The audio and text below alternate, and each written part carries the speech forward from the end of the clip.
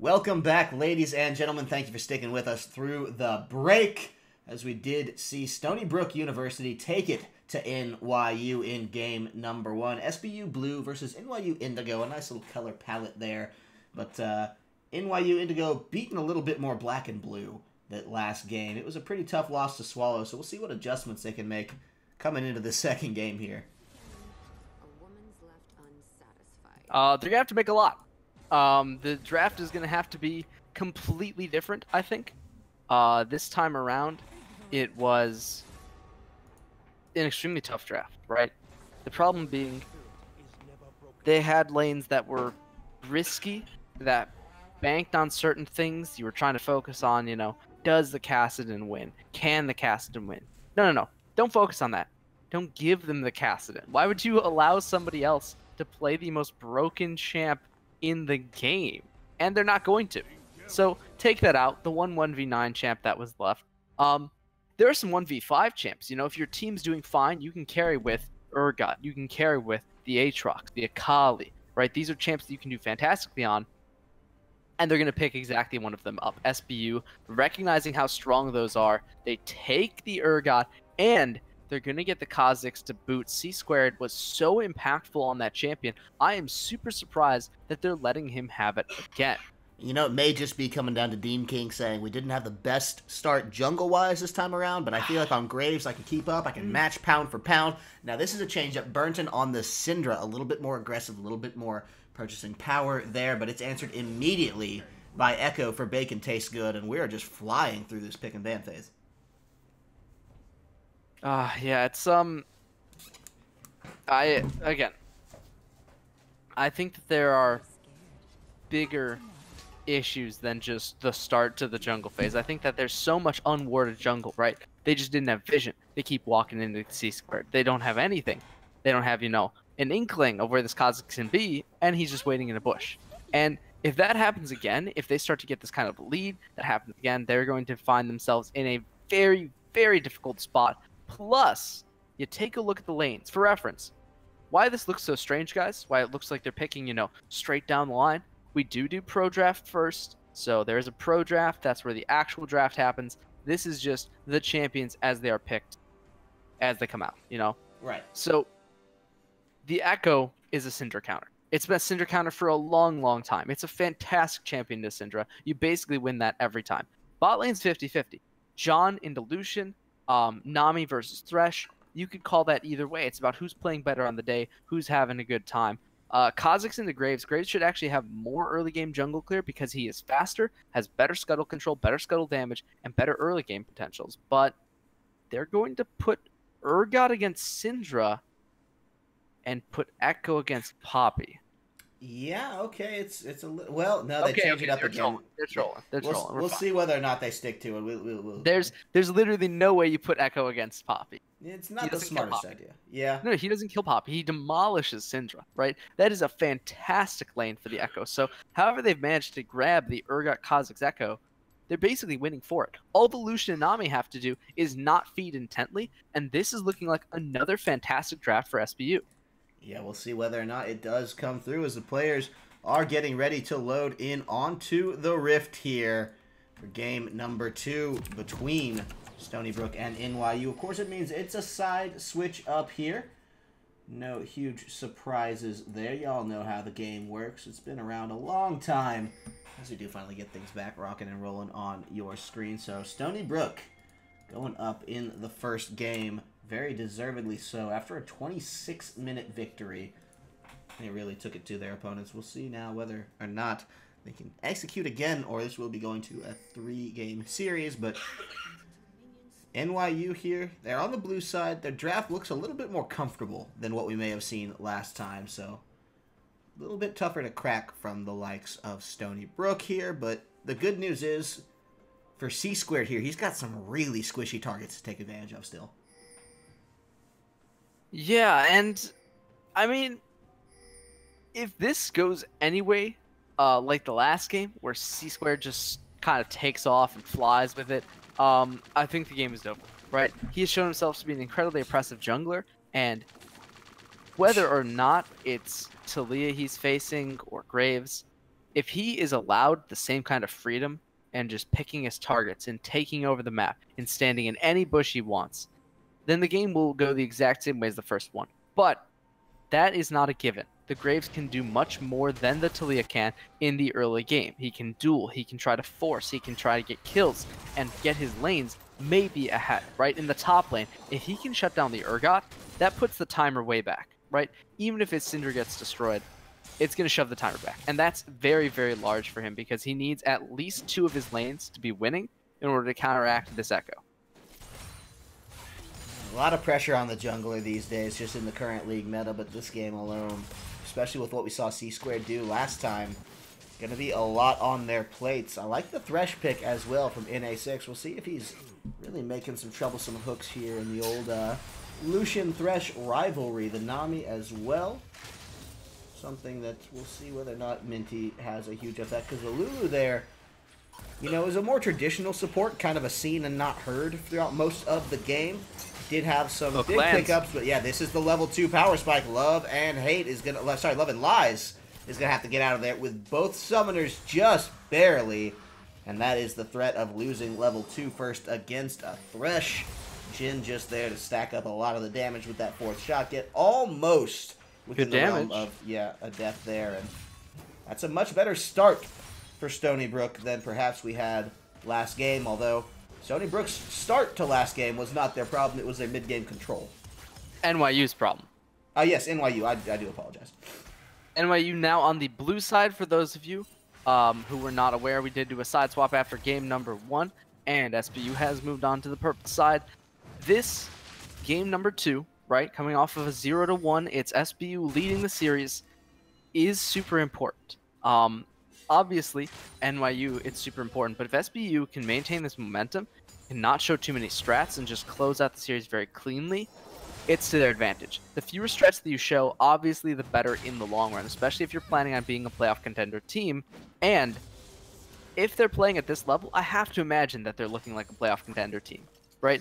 There's so many JV squads out there that are strong, that have good macro, but it's about who's better playing on the day. The Echo, stun in, trying to get the Syndra, but maybe he has the flash, and he does. Very close, but Burton should still go down. It's going to be traded back regardless, and Dean King gets bacon taste good for that one, so a little bit of first blood gold advantage, but then you trade that out for the assist gold advantage that Dean King gets, and it's a little bit favored maybe towards bacon taste good, but at the same time would have loved a world in which Burnton did not get the assist for that as well.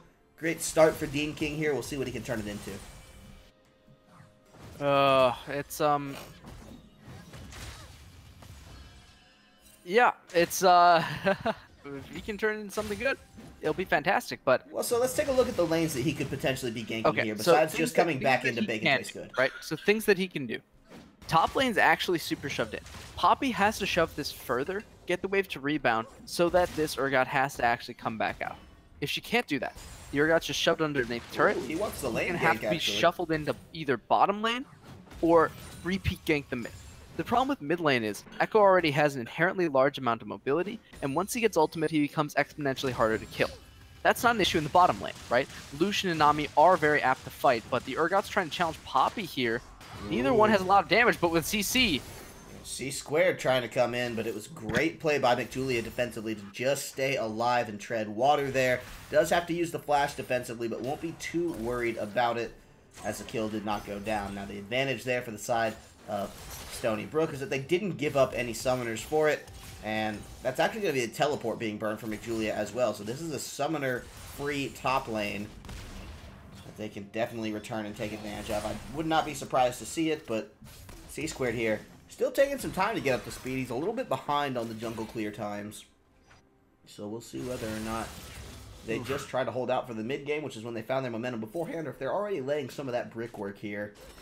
You have to raise some questions about this bot lane, but a nice bubble means that the pressure should defuse just a little bit, despite the fact they're getting pushed in here. So, as it stands currently, the interesting thing is, right, the Echo still has that kill. The mid lane is Echo favored.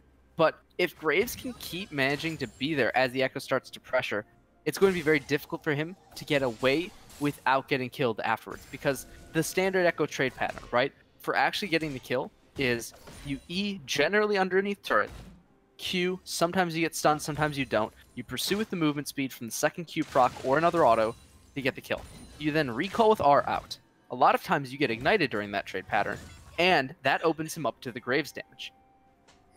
But that's only if the Graves is there. If he opts not to take that path, if he opts not to be there, if he just mistimes it, it's not going to go well for him, but he's met CC in the jungle again. Yeah, he's looking to get over the wall there. Not going to use the blast cone either, and they'll save that for a rainy day, but C-Squared knows that he can just keep the pressure up. Speaking of pressure, we got a little bit in the bottom lane One here. more. C-Squared gets the kill out, and now Burnton wants to find it. Does hit with the stun. ZZ Rot, though, not roaming in just yet, and Bacon Tastes Good is here to take this the rest of the way. Burnton maybe bit off a little bit more than he could chew, and C-Squared from the downtown shot does pick it up, finds himself 2-0 on the start, and puts an assist in the back pocket of his mid laner. Bacon Tastes Good there. Yeah, Minty just getting hooked up under the tower, and that is going to be everything you need. One hook, one tower shot, the ignite. It all comes together, and by the skin of their teeth, they do find the kill there. Love and Lies.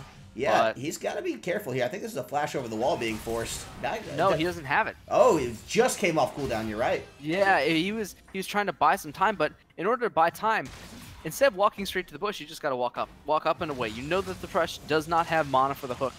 All you got to do is walk up and away. Anywhere you flash, it's you far enough away. So, a little bit of a mistiming, a little bit too greedy there, trying to stick around, and he does go down for it. So another kill picked up, and this time, NYU answered back. Their bottom lane hasn't had the best of, games last game, but this game, they're actually finding purchase. They're actually able to get some kills. They're actually able to, stop SBU from just doing whatever they want, but the Poppy's going to get pulled in and shredded by ZZ Rot Portal. McJulia goes down, and that is a fear beyond death. Everyone knows it, and everyone hates to see it happen. Yeah, that's just the Urgot right there. You just can't let yourself get in a position like that. There's no safety under your tower. There's no safety behind two towers. Urgot's got you below a certain health percentage. You're just toasting. ZZ Rot's Portal toasting that one to a deep crisp. Now, that's going to be a tough position to reset along the side here, because top lane was something that wasn't really factoring on either side. They were relatively close in CS, but the kill goes down. ZZ Rot takes a big lead, and now this just tilts the scales ever so slightly in the favor of SBU again, and this is around the same time that the shift started to make its way into their hands last game, so we'll see whether or not they can keep up the pressure, the momentum, and put this out in a quick 2-0. They want to do it by finding a gank onto Burnton, and I think they just might get it. There's a lot of damage. Bacon Tastes Good taking the tower, though, and the ult will get him out in one piece A-OK. It's a third kill for C-Squared, but meanwhile, the box goes down. The hook is back. The Flay not ready to pull back in, so no damage there from the Thresh ultimate, and this just might turn the tides. Love and Lies wants to go in. He's got Sam and Lamb in trouble, and that's the flash in for the kill. The double shot seals the deal, and it's a double kill now coming down onto NA6. There is no hope now for that bot lane swinging back, even as Love and Lies picks up a massively important double kill. Yeah, big double kill for them. They were starting to fall a little bit behind to some NYU pressure, but in SBU, they're not one to take this lightly. They don't take it laying down. The Kazakhs see him waiting in the wings. CC is looking to gank. Yeah, this is not good for McJulia here. A second death in that top lane makes it go from bad to worse, but ZZ Rot not quite able with that ultimate just yet. Well, I spoke too soon. Look at that. Like I said, you think you're safe behind one tower, not even two. From downtown, ZZ Rot gets it, and that actually puts an assist into the pocket of C-Squared as well, so the gold getting some love in the distribution there. And just like that, it was a relatively even game. Things looking good for NYU, and then all of a sudden, they're 5 kills in the hole and 2K down at 10 minutes. SBU showing very little signs of slowing down. Yeah, that's really something. Oh, wow. ZZ Rot actually just changed out his teleport for exhaust as well. That's gotta hurt. It really does. I mean, currently, the way that it stands is it just looked like everything was fine until it just wasn't. SBU just went, wait, we have Urgot, we have Evolution, let's just win some lanes. I'm really Kind of shocked that it actually devolved so quickly, but there is still time, right? The gold lead isn't massive. If NYU can come back, if they can find those same picks that they were getting super early with their bottom lane, if they can start winning that 2v2 again, then things will be fine. But the problem is, you look at the Kha'Zix, he's got 3 kills again. We mentioned one of the win conditions is to not let the Kha'Zix get fed. Don't let him give room. Don't let him get comfortable, because if he does, we've seen from last game, he's going to run over your team. Well, he's definitely found the right ganks to do so this time. Maybe waiting off in the wings to try to get another one onto Burnton. They can taste good. Has that ultimate ready again, so no huge surprises if they try the same tower dive, but some good defensive damage from Burnton.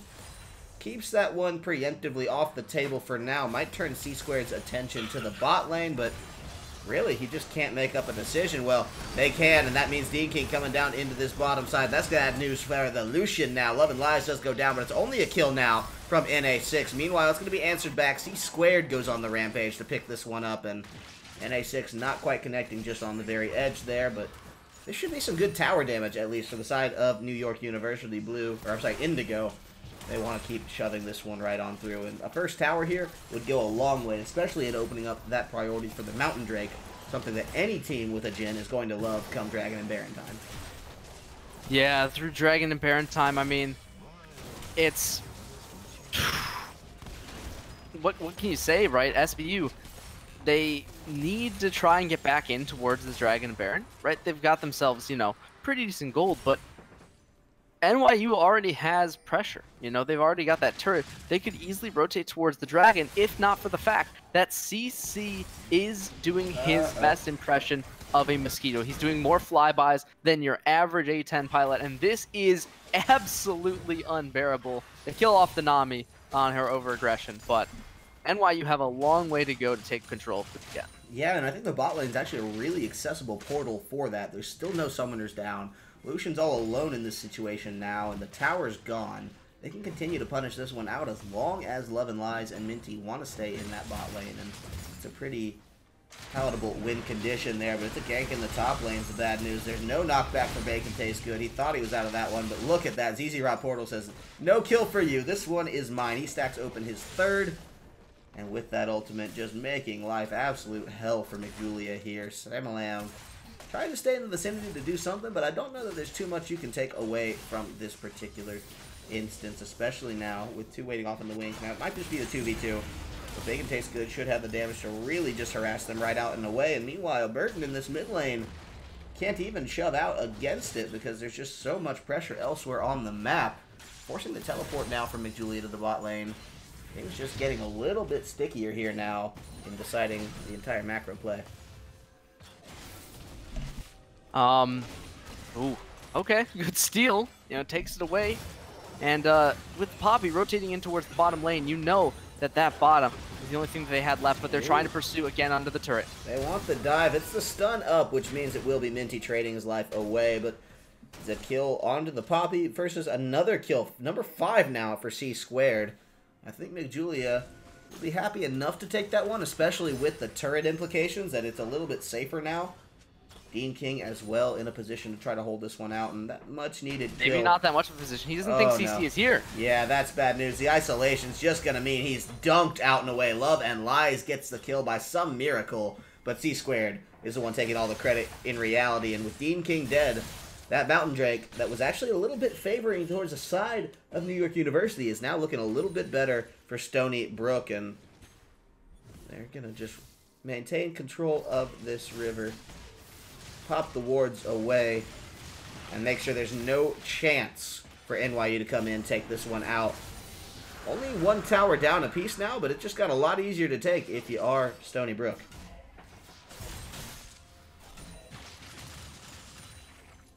I mean, Stony Brook as of right now, right? They got themselves the Dragon. They off of a very, very patient Kha'Zix again.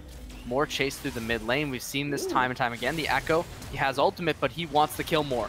Yeah, it was a good stun and a knockback. The Ignite actually does the rest of the work there. Bacon Tastes Good had to use the ultimate, but doesn't care. Looked like he might have gotten in a little bit of trouble. That could have been burst out a little quicker than maybe he thought, but playing Echo just to the edge of all reasonability is the best way to come out with an Echo. Keep your enemies on their toes, and leave them questioning, how did he do that? Meanwhile, now ZZ Rot running through. Hook didn't quite connect, and the box is there to deter. They don't want to take two, so ZZ Rot will walk out of that one. Let the little wrestling ring go down. And they will just keep stacking around this mid tower. They don't want to give up outer mid right now if they can help it. And I think SBU, they're happy to just send minions down this top lane, keep things pressuring out there, especially around this Rift Herald that's, you know, drawing a little bit of attention now. But whether or not they'll actually collapse and take it is another question, because it seems like NYU, they might actually just want to posture and try to take the 5v5.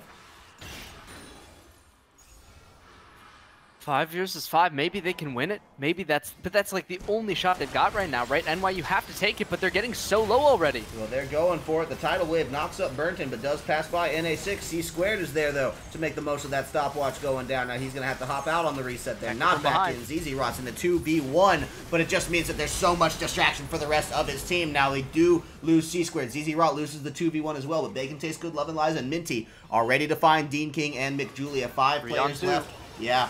Half of the map is dead. The other half tilted into the favor of SBU, but McJulia doing his damnedest to try to save this one alive. Dean King kiting nicely on the edge as well. It's the ultimate coming out from Bacon Tastes Good, and what a sweet, smooth play coming out of him to take McJulia out of there for good measure. Keep this kill lead staunchly in their favor. It is 17-8. Roll and back the timeline to the dawn of time and sing this song with me. They got all the kills they need, and they're able to convert into quite a decent lead, all right? They've gotten themselves not just the Rift Herald, still sitting on that Urgot, and they have the ability to use that to end the game, but they have a massive gold lead and a kill lead to boot, right? This has been a complete repeat of game number 1, right? The Kha'Zix goes in, some of the lanes get slightly ahead, and then the Kha'Zix get super ahead, and then the game basically just ends. NYU, if they want to staunch the bleeding, they have to act now. They have to make sure that this Rift Herald doesn't get much purchase, and they have to, at all costs, avoid walking into unwarded bushes. Yeah, not going to be the case here. NA6 going to go down. Pretty sure that was a charitable donation kill from C squared. He said, Bacon Tastes Good. You know what, man? You're the mid laner. I'm looking too good in this game. You got to look a little better. I'll give you this one, but just like that, the flash over for Sama Lamb, not going to be tempted under the tower and showing a lot of restraint. C squared will have to just let that one go. But there is some lurking off in the side. Now Dean King going to get dove by ZZ Rot. C squared, though, the real brains of the outfit, the damage of the operation, gets that one out. And somehow Minty has gotten behind enemy lines and slain Burton there.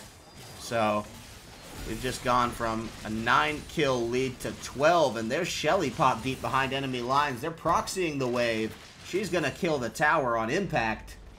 And now they're ready to get on to this second-tier tower. At once. Yeah, this is bad news now, and it's only Thresh we're talking to defend. Literally, right? This G2 is going to go down because of Shelly being on, right? The Rift Herald takes this one. They take the mid-turret because they have the Lucian. This is going to be 2 tier 2s at the same time, and the last one in the game is still standing top. But the Baron is coming up in like a minute, and with the Kha'Zix diving, they're going to get more kills. Look at this. The Thresh has no health, misses the ultimate, actually. The Fear Beyond Death actually sidestepped quite well. The John autos and the ultimate might allow them to pick up both kills. In fact, they will get C squared, and they clean up ZZ Rot as well. So they do get something for their troubles. The overextension, overchase leads to the demise of 2 of the SBU members, but 2 for 2 turrets. Yeah, I'll still take that any day. Dang good deal.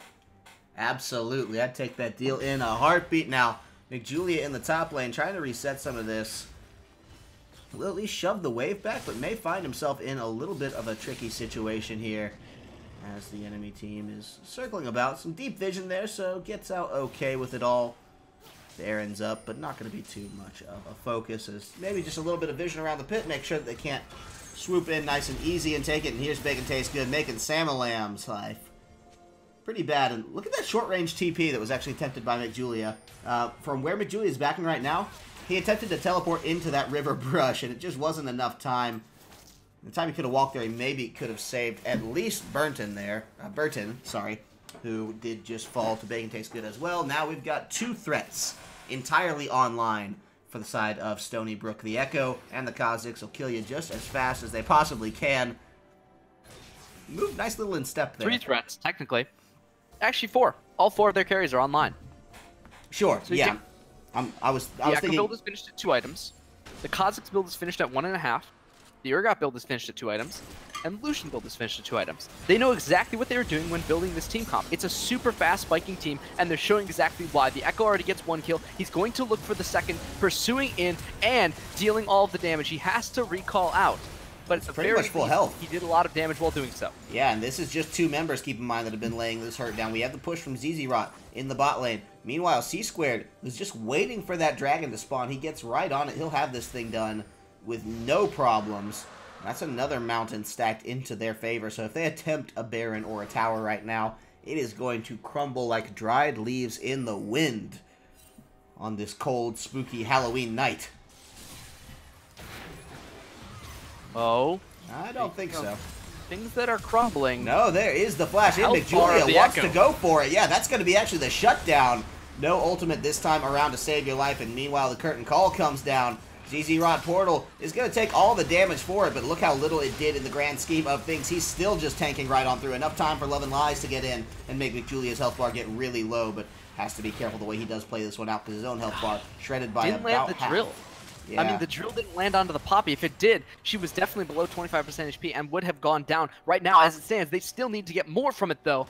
And that means NYU is going to push towards this first tier 1. If they can bring this down, then, and only then, can they start to think about the rest of the map objectives. But they need to start that with another turret, the last one of the outers that they have to take, and it should go down here. They have the Syndra, they have the damage, the poke, they're zoning the Kha'Zix, but the minions are starting to run out. And if they keep spending time, there will be consequences. The Echo's roaming down, they have to back off, and NYU, they had a good fight, but they need something else from it, right? This is the problem. Every time they win a fight, they can't seem to get more from it. They can't get objectives. They can't actually get, much of anything. The health bar vanishes as well. He's out of this one for sure. C-Squared finds that first kill. Burnton not going to even make it to the redemption, and it'll help Dean King. No, but the Lantern just might, so he's out of that one, but I don't think Stony Brook really need to follow for the kills. They have a couple objectives they could shove out. The mid tower is an option. The Baron, a little bit more enticing on the table, and ZZ Rot doing his due diligence, clearing the enemy vision, laying down some of his own. C-Square just going to heal up on some of that gummy fruit and get ready to roll right back into this Baron. Like we said, those 2 Mountain Drakes, I mean, they're so much further along for taking this thing out. It's falling like a K a second now, and McJulia just couldn't get there in time. Did knock back C-Squared and Love and Lies, so should be a little bit safer on this run out, but it's still 3 damage threats. And look at that, the flash over the wall negated by the ultimate there. Urgot taking that one out and away from them, 26-11. And with this Baron and just shy of a 10k gold lead knocking on the door of 9, SBU have put themselves in an incredibly good position to win this game. Yeah, and as it stands, I mean, you can see what we can see. They are in a massive, commanding lead. And that is thanks to some very smart map play, plus a Kha'Zix that doesn't know when to quit, an Echo that is super strong, and then a team that can absolutely run anybody down. And the really interesting thing about the current meta, right, is if your team's ahead, they're really ahead. If your team's behind, they look like they're really behind because there aren't very many teams that can play the style where you stall out and try to make things happen later. Echo into 1v4.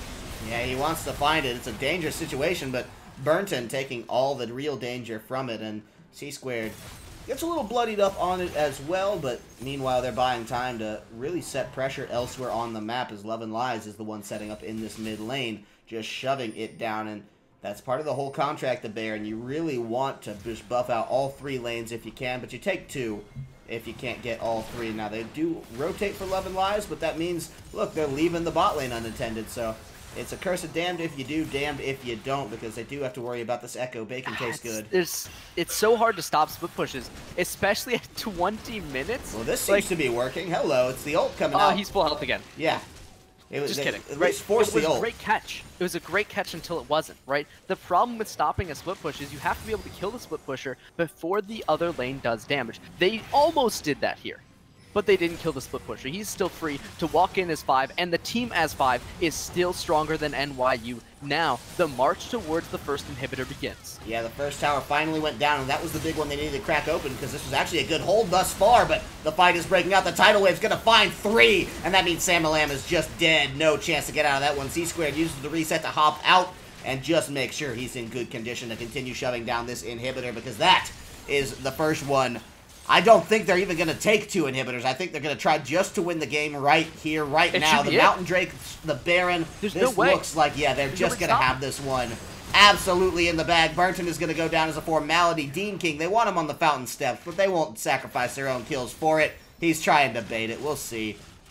I think they're just going to come out, take this one away. Another 26-minute victory as Bacon Tastes Good sacrifices himself for the style play. Doesn't quite land, and another one is C-squared.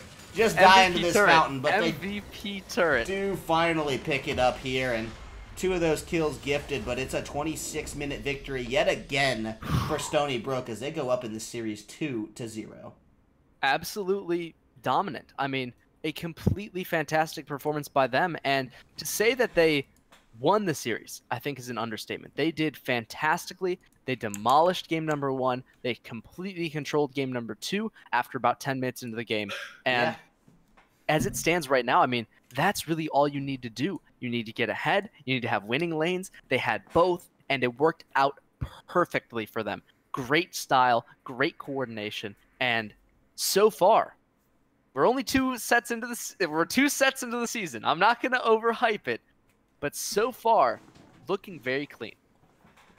Well, with that, we do need to extend a huge congratulations to Stony Brook University and a thank you for NYU to agreeing to appear on stream for this one. Both squads came into this game with something to prove. It was NYU that maybe could not hold out as well, and SVU taking the glory away from this field. So things starting to get a little bit more interesting as we imagine some of the further implications of all of this. But in the meantime, that is going to do it for us tonight. Ladies and gentlemen, my name is definitely not Kyle Corvus Crow. You can definitely not find that fella at Corvus Casting on Twitter.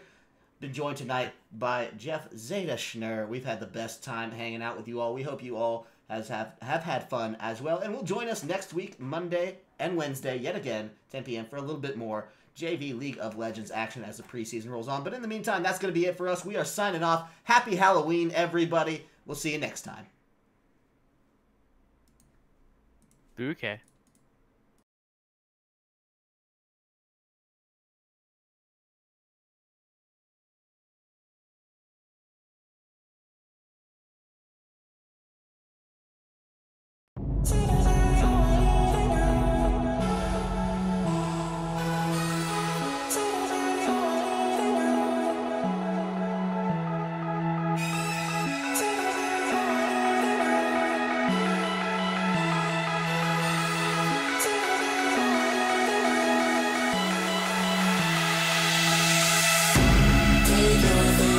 Cause we won't be back again.